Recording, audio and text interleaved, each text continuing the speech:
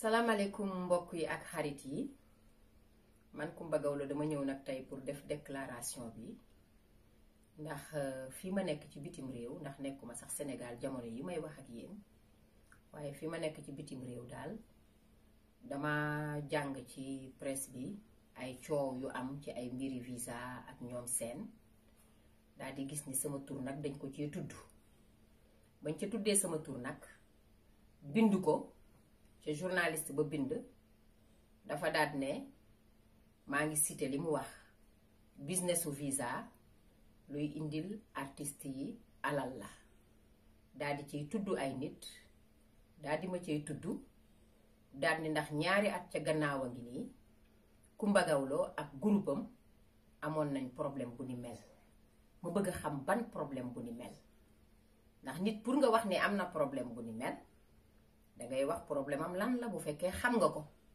ma xam ni kooku xamul li muy wax te it gannaaw man artiste international la nekk ambassadrice des Nations Unies 5 institutions onusiennes et je pèse bien mes mots te képp koo xamante ni nii daf may fal may nekk ambassadrice de bonne volonté li ñuy wax goodwill ambassador dinañu def enquête ñaari at xool man may kan pour xam ñi may àndal ñi may waxal fi may dugg fa ma juddoo lan laa def ak may kan te macha allah maa ngi sant yàlla enquête yooyu saa yu ñu ko defee ba pare taabal ja buñ ca tegee sama dossier de renseignement dañ may woo félicité ma ñi nga xamante ni ñoo ma bëgg a nommer te ñi nga xam ne ñooy enquête ci man nag dëkkuñu Sénégal bitim réew lañ dëkk kenn xamu leen ay tubaab yi xonq coy yoo xam ne ñoom duñ déglu sax musique xamuñu sax kañ lay ni enquête loo mooy kan pour indi neutralité te saa yu ñu ko defee macha allah kon nag ma bëgg bu ngeen gisee may def déclaration bi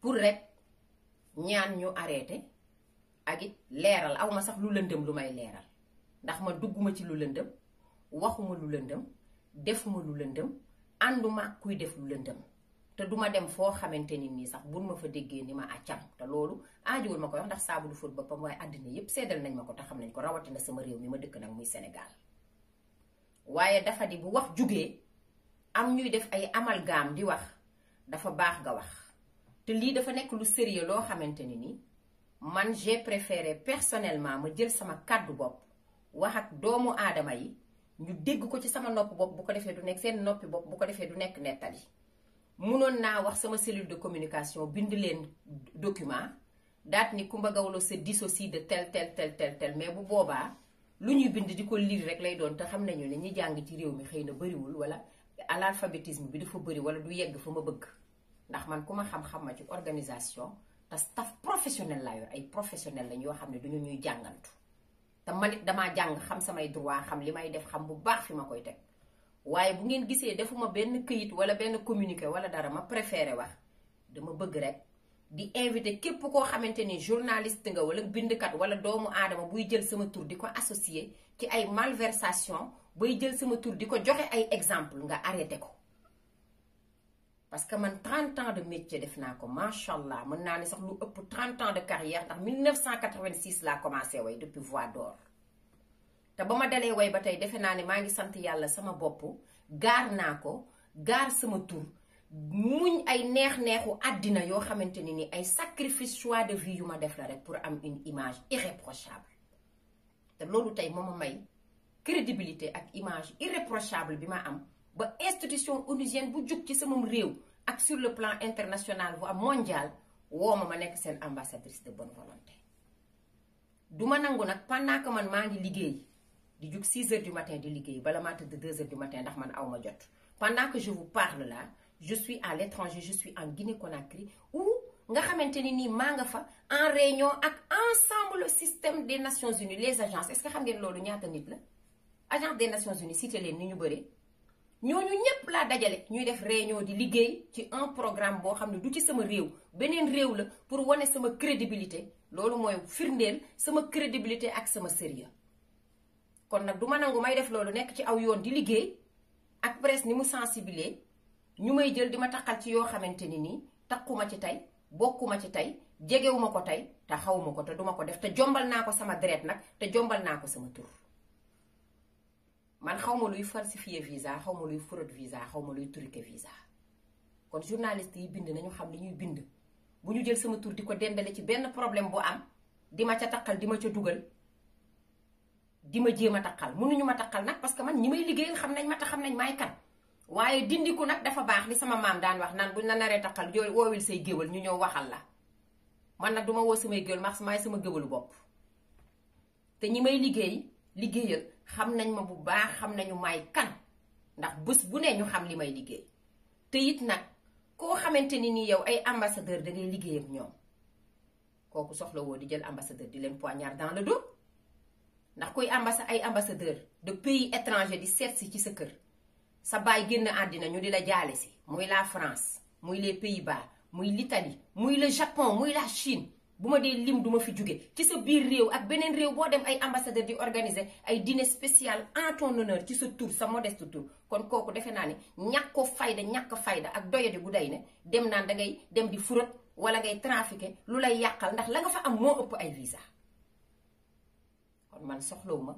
ma bëgg nag ñu arrêté bés ni ki tey képp koo xamante ni journaliste nga am nga loo bëgg a bind ci man te xam nga ko sax dafoo dina jàpp la mais boo amee loo bëgg a bind ci man wala loo bëgg a wax ci man mais am naa cellule de communication et ce sont de vrais professionnels woowal sama cellule de communication nga ni leen dama bëgg a defal interview seen artiste ci direction bi laa ko bëgg a jëmale bu ñu direction boobu intéressé ma accorder la interview bi sur la base de sur conseil de mes conseillers en communication su ko sama emploi du temps permettre it ma accorder la ko parce que loolu mooy yoon bi te loolu mooy déontologie professionnelle képp ku teggi yoon boobu nag jël beneen yoon di jéem a jël sama tur di ko mele ci quoi que ce soit lu dul yoon duma ko nangu et ça je ne le négocie pas je l'exige le respect de mon image le respect de mon nom ça je ne le négocie pas je l'exige parce que moi-même je me le suis exigé dama ko exiger sama bopp man dama am dundin ci àddina am gëm-gëm ci àddina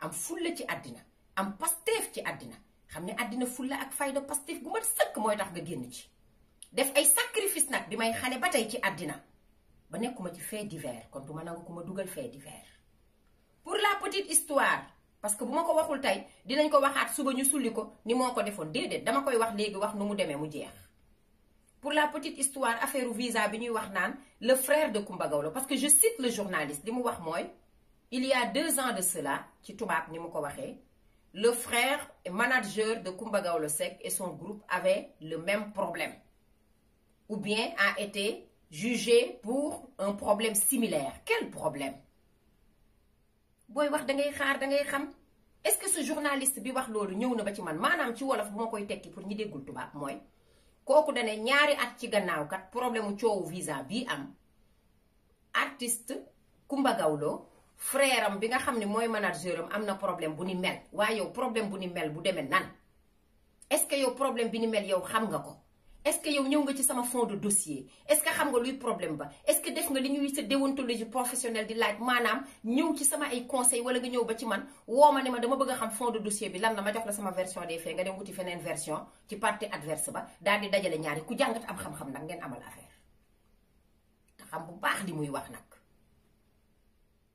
te man loolu yépp defu leen ko lu dul lu ne nii rek ñu tudd sama tur bi problème su amee ay visa ak yeneen waa Sénégal ni mu rëyee lu tax tudduñu fi ñi ko fiy def te ñi ko fiy def xam nañ ko fi ñu ni leen fi ñukk di jël sama tur wi man di ko tudd ci yëfu ñàkk a fayda nañ ko arrêté man ñàkkuma fayda doyadiwuma kuy wut ku ñàkk fayda danga ko dem wuti ci àll ba man ku ma xool xam ne doyadiwuma ñàkkuma fayda duma bàll puuda traînéw ma man ku may xool sax ñaari loxo nga may nuyoo góor sax su ma xoolee sëgg te fu wér laa ko teg nag ndax dina ma xool naa ko xool bu tax dina xam fa mu war a mën a yamaay ak man rawatina ak jigéen kon góor yabul jigéen yabul ma bëgg nag kon nañu arrêté et je parle de manière honnête de manière sincère et je prends en témoin maa ngi jël témoin sama mbokku sénégalais sama mbokku africain sama mbokku àdduna ndax li may wax fu ne lay dem parce que je suis une artiste internationale te duma ab jaayir duma koo xam ne boppam bi boppum ngaaka la xam naa li may wax moo tax ma bëgg rek kon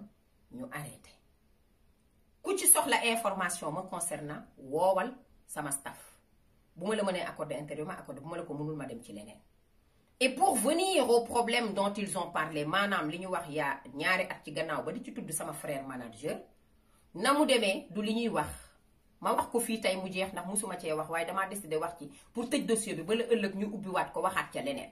léegi nag su ma waxee la vraie version des faits ak na mu demee ba ñu xam ko keneen ku ca wax leneen nag yaa ko tey te bu boobaa lu la ca fekkit yaa ko teg sa bopp. na mu demee ca gàttal mooy man wutaluma kenn visa, man falsifié wu ma xaw ma nu ñuy defee loolu. Man ambassadeur yi di reer si sama kër di ma seet si di ma rendre hommage di ma ñëw di seq ak man ay projet humanitaire. Je suis dans l'humanitaire di dimbali jigéen ñi ci seen liggéey, di dimbali jigéen ñi ci seen àq ak yelleef, di dimbali xale yu jigéen ñi ci seen njàng pour ñu yóbbu leen ñu jàng, di dimbali xale yu jigéen ñu bañ leen a marier force ci teel, di dimbali le développement culturel, économique et social de mon pays. Kuy def loolu doo dem di def yi fi ñàkk fayda ndax sa image fa ngay toog ak ña ngay waxal moo ëpp solo yëfi ñàkk fayda ndax foo fen benn yoon doo fa fenaat doo fa duggaat de. te man duma dem fenn di fa wax lu dul yoon, duma dem fenn di fa wax lu dul dëgg, duma dem fenn di fa fen. te kuy falsifier ay visa ay ambassadeur duñu ñëw ba bésub tey jii di la seet si sa bureau, di la seet si sa kër. boo demee beneen réew ñu njëkk yaa nga fa ñu woote téléphone ne dañ laa bëgg a gis, organiser dîner à ton honneur. man fu ma dem diplomate laa fa, fu ma dem international laa fa, ambassadeur laa fa, te defuma lenn luñ ma yabe. kon pour revenir sur le problème précis, ce qui s'est passé mooy man wutaluma kenn visa.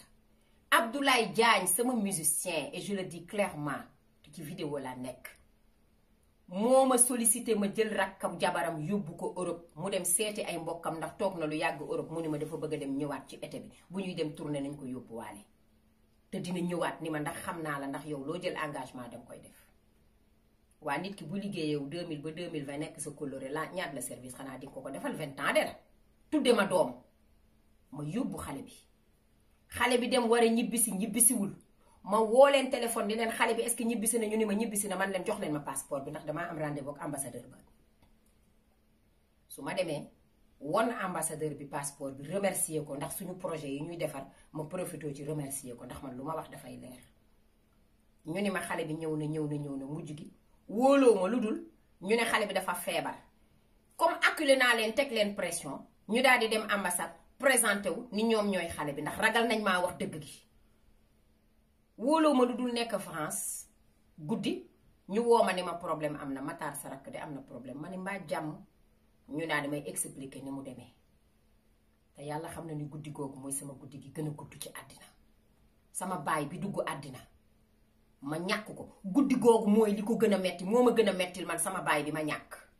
ndax guddi gàcca la fanaanee jooy ba bët set ndax gàcca, ndax bañ lu bon ak naan man sama partenaire bi ma am en face nan laa koy xoolee ci bët mu di ma xool ma wax mu wax li ma wax dañ. pour lan loolu man mooy li may mën a rey pour vous dire man sama crédibilité, sama ful ak sama fayda. ba loolu moo indi problème ya ca am. te ñooñu bu ñu doon ñuy foo kenn du leen téye benn fan ñaari fan prison génne leen, bien que téye nañ leen te d'accord naa sax ca lañ leen téye ndax nit danga koy sanctionné. te sant naa yàlla ndax ba ñu demee ci tribunal ba procureur de la république bi représenté la république moo ma doon défendre man naan Coumba Gawlo kenn mësu ko dégg ci lenn, kon ku fi indi turam dinaa ko defanteeg yow. pourtant défendre ma de te du sama avocat, mais mag ma doon jëlal part ndax sama fulla, sama fayda, sama sérieux. kon ngeen xam ne problème bi nii la demee tey de du fraude de visa, du falsification de visa, du bëgg a def lu baax far lu baax la këpp ca sa kaw. loolu la. te ba léegi samay relation sama partenaire yooyu yàquwul ndax ambassade Italie ma mu concerné bërki démb boo njaay la ñu ñëw def seen délégation ni ma ambassadeur bi nee na dafa bëgg nga defal ko vidéo ci seen centre culturel italien bi ñu doon lancé fan résidence ba maa def vidéo ba ni ma yaay invité d'honneur am. waa foofu fu fa diggante yàqu ku fay fraude di falsifier ndax di nga am loolu doo ko am. man nag dindiwuma tuuma waaye dindi tuuma ak leeral. bu ñu la naree taxal ci lu dul yoon daa baax te damaa bëgg wax ci arrêté ndax man Coumba Gawlo je l'exige encore une fois le respect de mon nom parce que je tiens à mon image comme à la prunelle de mes yeux. maanaam sama tur mook sama bët yi laa yabale. xam nga kenn bëggul say bët tur, sama ñaari bët yi ni ma ko fonke noonu laa fonke sama tur ndax dama ko liggéey. dugguma ci lu bon, waxuma lu bon, awma fu bon, awma xarit bu bon sax duma ànd ak yow, nit ku bon mbokk mu bon sax bëgguma ko. waa léegi kon man lu tax may liggéey nekk ci liggéey samay partenaire gis ni maa ngi liggéey ñuy cité samay tur yoo xam ne bu ñu tapé Google gis ko daal ne ah attention déedéet moo tax ma koy dindi ndax en ce moment maa ngi nekk ci ay liggéey yu mag yoo xam ne du ma nangu kenn di ma ko yàqal moo tax ma bëgg ñu arrêté ko. kon ci gàttal daal ne ñëpp xam ne man lu ñu ma tudd lu dul dëgg lu dul yoon bokkuma ci tey bokkuma ci ëllëg te xam nañ ko ndax sénégalais xam nañ ma àddina xam nañ ma Afrique xam nañ man maay kan sans aucune prétention. ndax fii ma ne ci Guinée Conakry gii may defee message bi may diffuser tey dama fi nekk liggéey ak Nations Unies ak première dame de Guinée Conakry Diéné Condé kon loolu ku doyadi du ko def moo tax nag ma ne naa ko leeral wax ak àdduna bi wax ak ñëpp wax ak surtout ñi nga xam ne ñooy bind ñuy def la part des choses buggum bañu ma ko bind ci man mais booy bind ñëwal ci man jëlal appliquer la déontologie professionnelle c'est tout ce que je demande. Sinon, en défaut de quoi, je vais être obligée d'amener de traduire tout simplement les gens devant la justice. Plainte lay bind yóbbu ko ci bureau procureur bàyyi nag samay avocat ñoom ñu liggéey seen liggéey man ma dem liggéey sama liggéey parce que aw ma jotu man di yéeg di wàcc di gérer ay détails pendant que ay nit ñi ngi jël sa tur di ko taqal di ko yàq yow yaa ngi nekk di liggéey di sonn pour vous dire que man aw ma jot. may ñaan nag ñu arrêté ko loolu laa amoon lu may wax képp ko am sa problème na jël responsabilité que les gens assument leur responsabilité. te képp ko amit problème maa ngi ñaan yàlla képp ko am jafe-jafe na nga ci génn ci jàmm ak ci salaam loolu rek laa ñaanal ñëpp waaye man sama jëmmi bopp daal nañu génne sama tur ci lépp loo xamante ni leerul ndax defuma lu lëndëm te man maa ngi défier nag ku mu mën a doon sama tur man Coumba Gawlo fu la neex demal nga enquête demal nga xool demal nga def say traçabilité wëral partout billaay doo gis loo wax amul lu dul bëri jom nangoo liggéey kese ku ma mën a waxal yu baax yooyu nag waxal ku ko mënul tëjal sa bopp ak sa journal ak sa site ak saw làmmiñ ci samay mbir loolu rek laa amoon lu may wax di leen gërëm di leen sant di nuyu samay xarit di nuyu samay am di jàmm di nuyu sama ñépp di leen sant loolu laa amoon lu may wax. Je vais dire le même message en quelques mots en français parce que peut-être que tout le monde ne comprend pas la langue wolof que je viens à travers laquelle je viens de m'exprimer. Ce que je disais en fait, c'est que depuis l'étranger, en l'occurrence la Guinée-Conakry où je suis, j'ai été surprise ce matin à mon réveil par un article à travers lequel j'ai pu voir mon nom cité dans des affaires de trafic de visa, cité en exemple dans des trafics d'affaires de visa, de fraude ou des choses comme ça, ce qui m'a profondément blessée, mais qui m'a aussi choquée. Parce que comme vous êtes censés tous le savoir, depuis 30 ans que je fais ce métier, je ne pense pas, et je le dis haut et fort, je ne pense pas que moi, Coumba Gawlo, j'ai eu à sortir de cette droite ligne. De cette droite ligne dont je me suis fait un objectif, dont je me suis fait un devoir, et que je me suis imposé de suivre. J'ai travaillé dur pour en arriver là où je suis, et ça, je sais aussi que vous le savez mieux que moi. Je suis partie de rien. Et au fil des ans et au fil des combats et avec ma conviction, je suis arrivée aujourd'hui à être nommée ambassadrice de bonne volonté de 5 institutions onusiennes. Je dis bien 5 institutions onusiennes et je pèse bien mes mots. Et tenez-vous bien, qui n'est pas nommée ambassadrice de bonne volonté des Nations Unies? Non, non, non, non, non. Il y a tout un processus. Avant d'être nommée ambassadrice des Nations Unies, pour ma part, j'ai fait l'objet de 2 longues années à chaque fois d'enquête de moralité, où au peigne fin a été tiré tout. Mes fréquentations, ma famille, mon passé, mes amis, mon vécu actuel, tout ce que je fais, au détail près. Et tenez-vous bien, ce sont des gens qui ne vivent ni au Sénégal ni en Afrique qui s'occupent de ces enquêtes de moralité. Ce sont des gens qui ne me connaissent ni d'Adam ni d'Ève, qui font que leur boulot. Et grâce à Dieu à qui je rends grâce et l'éducation que mes parents m'ont donnée à mes parents, à chaque fois que ces enquêtes de moralité sont finies, sur la table est posée qu'une victoire, une personne clean. Ce n'est pas moi qui le dis. Ce sont les enquêtes de moralité qui le disent. Alors je ne vais pas accepter que moi, pendant 30 ans de métier, 30 ans de carrière, 30 ans de dur labeur, 30 ans de sacrifice, 30 ans de choix de vie, où je me suis imposé cette rigueur, cette exigence, à savoir où est le bien, où est le mal, à même résister aux tentations et refuser certaines facilités de la vie, même si elles sont bonnes. Parce que c'est derrière des propositions financières et autres. Mais j'ai fait un choix en le refusant en me disant, oh, c'est agréable, mais c'est pas bon pour moi. Mais c'est ça qui est bon pour moi.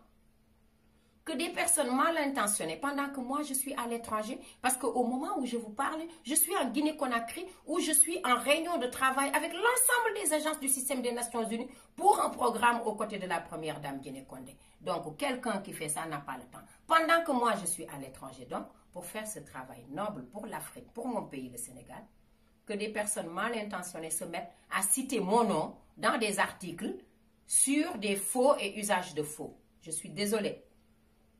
Au risque de faire reculer mes partenaires qui peuvent googler ou le regarder et se dire « Ah tiens, elle n'est pas clean ». Non. Et je ne pense même pas d'ailleurs que mes partenaires le fassent parce qu'ils me connaissent, ils savent qui je suis moi. Parce que ce n'est pas tout le monde qui fait des messages avec les Nations Unies. Man sama xaalis dama ko liggéey sàccuma ko dama ko ñàkk. Et aujourd'hui, je ne vis pas seulement par la musique. Je peux même laisser la musique et continuer de gagner ma vie.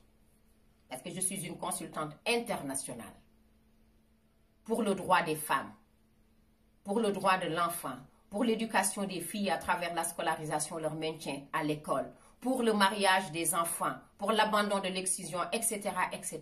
Si tu n'as pas quelque chose dans ta petite tête là, tu ne peux pas faire ça.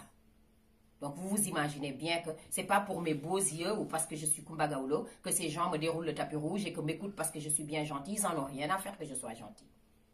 Ils m'écoutent parce que tout simplement, ils savent que j'ai un message à véhiculer. Ils savent que j'ai quelque chose à dire. Ils savent que je peux faire bouger les lignes, faire bouger les lignes. Ils savent que je suis quelqu'un qui peut faire avancer l'Afrique, qui peut faire rêver les femmes, qui peut faire changer la donne. Alors, pendant que moi je fais ça, de la manière la plus calme dans mon coin, sans fatiguer personne, des personnes mal intentionnées se mettent, sans aucun professionnalisme, à associer mon nom à des problèmes, sans avoir même la déontologie professionnelle ni le scrupule de passer par mon staff pour demander une interview. C'est tellement simple.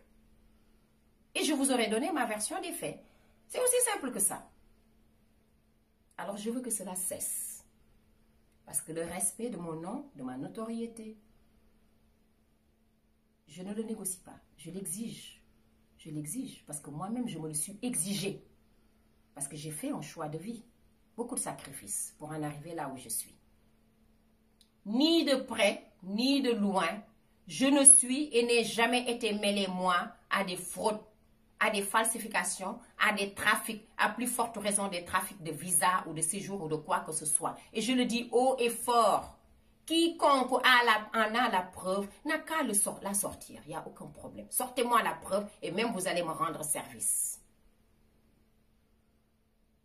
Moi, je reçois à dîner les ambassadeurs des pays accrédités dans ma maison chez moi. Je les reçois dans mes bureaux. Je mène des projets importants pour le développement de mon pays, dans le cadre du développement durable avec eux. Quelqu'un qui fait ça ne va pas avoir l'idiotie, à mon avis quand même, il faut être bête pour le faire, d'aller faire des petits coups bas là, du nyaka faïda, au risque de tout perdre. Parce que j'ai une fondation humanitaire. Je travaille dur pour mon pays. Et en dehors de mon pays, ces mêmes personnalités et diplomates du monde me reçoivent à leur table. Et vous pensez que je vais aller moi les poignarder dans le dos? Et tenez-vous bien, visa sax nit dinañ koy wut man ambassade woma ma xamal len lolu tay. Visa, artiste dina ko soxla ambassade woma. Un artiste peut avoir besoin d'un visa. Il arrive que l'ambassade m'appelle, me concerte pour savoir est-ce que c'est un chanteur ou pas. Pour dire que je continue toujours de rendre service à mon pays. Donc, je veux que tout soit clair, qu'on arrête. Et pour parler du problème en question dont ils ont fait allusion, j'en ai jamais parlé. Je vais le faire pour la première fois aujourd'hui. Pas parce que je veux enlever, comment dirais-je, je veux me mettre là, clarifier. Non, non, non. Je veux juste que les choses soient claires. Je cite le journaliste qui a écrit l'article, excusez-moi. Il a dit ceci. Il a parlé de problèmes de visa qui se passent dans mon pays, tel, avec des artistes, et m'a cité moi. Mais pourquoi dans tout le lot d'artistes qu'il y a au Sénégal, on ne cite que moi? Mais ceux qui falsifient les visas, vous le savez mieux que moi, les journalistes, vous les journalistes là.